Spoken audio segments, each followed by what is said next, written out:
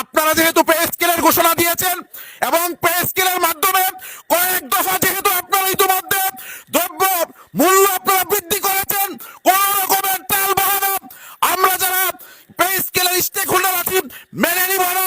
এই সরকারের সময় অবিলম্বে পে স্কেলের প্রজ্ঞাপন জারি করতে হবে।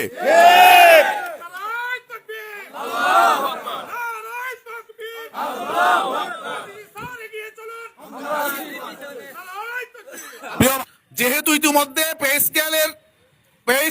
স্কেল খেলার মাধ্যমে দ্রব্যের মূল্য কয়েক দফা যেহেতু বাড়ানো হয়েছে, আমরা এখান থেকে শপথ করব যে আমরা আমাদের সর্বশক্তি দিয়ে এই সরকারের সময় যাতে পে স্কেলের প্রজ্ঞাপন হয়, জাতীয়করণ প্রত্যাশী জোট প্রয়োজনে সারা বাংলাদেশে পে স্কেলের প্রজ্ঞাপনের জন্য আন্দোলন কর্মসূচি ঘোষণা করবে ইনশাআল্লাহ।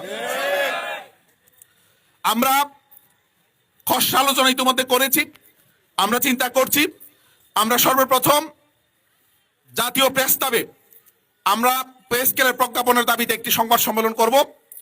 সংবাদ সম্মেলন থেকে আমরা একটা সময় সরকারকে বেঁধে দিতে চাই, কারণ আমরা জানি আন্দোলন এটা ডিউ প্রসেসে যেতে হবে। হুটহাট করে কর্মসূচি দিলে আপনার হিতে বিপরীত হইতে পারে। আমরা মনে করি আন্দোলনটা হচ্ছে আপনার আগুন নিয়ে খেলা করার মতো, একটু যদি আপনার উল্টা পাল্টা হয়ে যায়, ভুল হয়ে যায়, তাহলে আন্দোলনকারী ওই আগুনে পুড়ে ছারখার হয়ে যায়। এই জন্য আমরা এরকম কোনো সিদ্ধান্ত নিব না।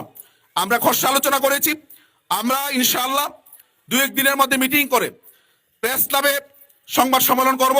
সংবাদ সম্মেলন করার পরে নির্ধারিত সময়ের মধ্যে সরকারের পক্ষ থেকে পে স্কেলের যদি ঘোষণা না আসে এবং প্রজ্ঞাপন যদি জারি করা না হয়, আমরা সিদ্ধান্ত নিয়েছি একটি সময় দিয়ে আমরা সারা বাংলাদেশের প্রত্যেকটি জেলায় একসাথে 64টি জেলায় একসাথে পে স্কেলের প্রজ্ঞাপনের দাবিতে সারা বাংলাদেশের এমপিভুক্ত শিক্ষক কর্মচারী সহ পে স্কেলের অন্তর্ভুক্ত যারা রয়েছেন, সরকারের বেতনভোগী যারা রয়েছেন, একসাথে প্রত্যেকটি জেলা সদরে পে স্কেলের প্রজ্ঞাপনের দাবিতে মানববন্ধন কর্মসূচি পালন করা হবে ইনশাআল্লাহ।